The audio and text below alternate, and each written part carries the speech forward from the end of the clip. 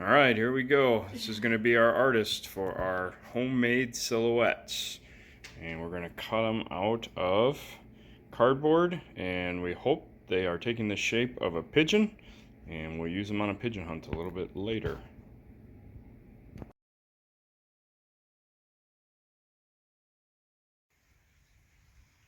All right, first step is to paint a little white on them, and then we'll put the gray over it, and then we take them into Ellie, and she takes care of the rest.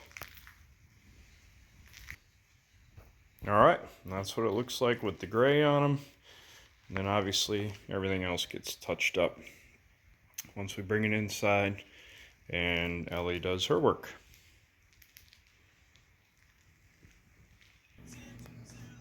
My daughter Ellie, our local artist at work, transforming our cardboard into pigeons.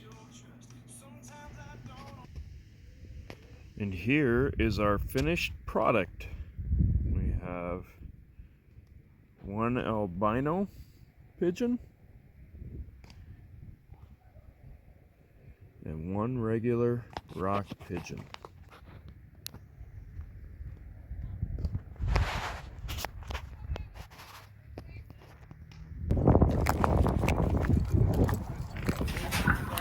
Here are the silhouette decoys out in the field for the first time. We set them up in two different groups with two spinners. Let's see how that works out for us.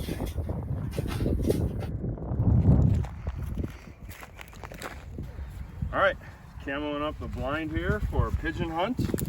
It's our first time using our A-frame, so we'll see what it works like. I don't think the pigeons are necessarily feeding in this field. It's kind of a traffic area, so we'll see if we can pull their attention with the mojos. Just got to make sure we're well hidden in here. So using our homemade decoys, thanks to my daughter Ellie, who did all the painting on them.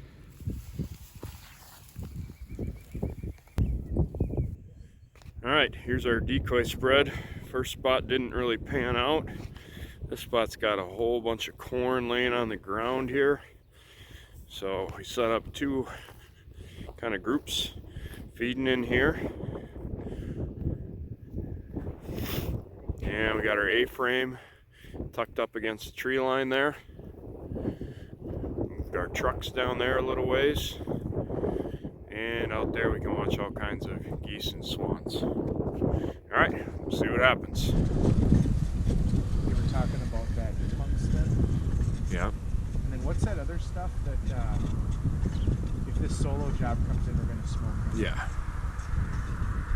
It's coming right at us. Don't be picky. Take them.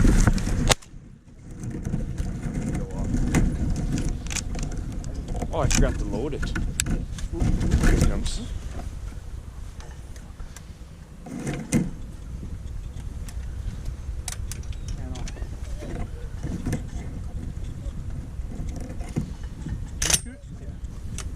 Forgot to load.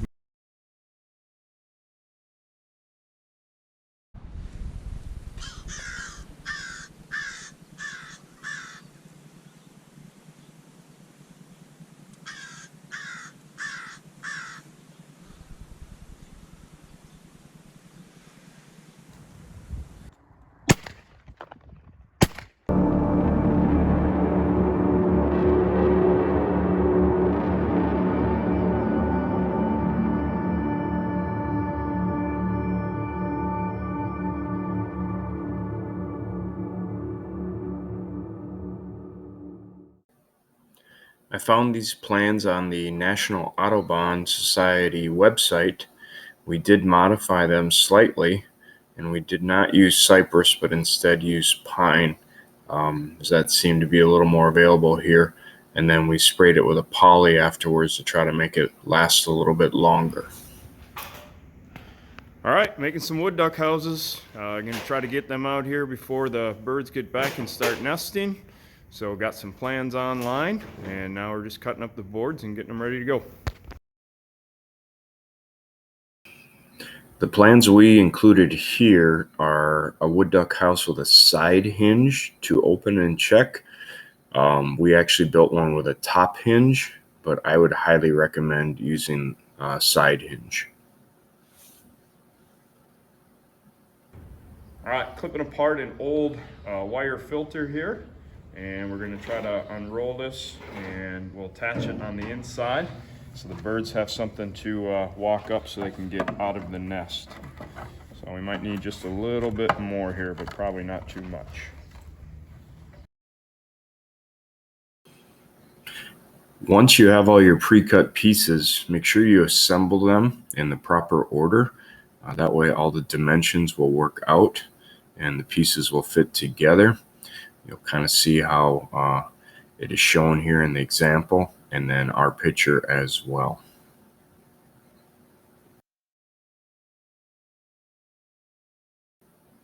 Here's what the side hinge looks like versus our top hinge that you'll see here in a second. I would definitely do a side hinge in the future.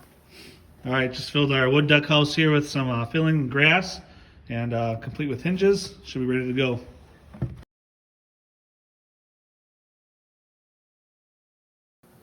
Couple key things to remember. The inlet into the wood duck box house should be at least 6 feet off the ground if over land, and then 3 to 4 feet off the ground if over water. And make sure you put something inside the nest, because wood ducks will not bring anything in there, so grass or wood chips or something like that. All right, hanging up the wood duck houses, 6 feet off the ground, getting ready to go.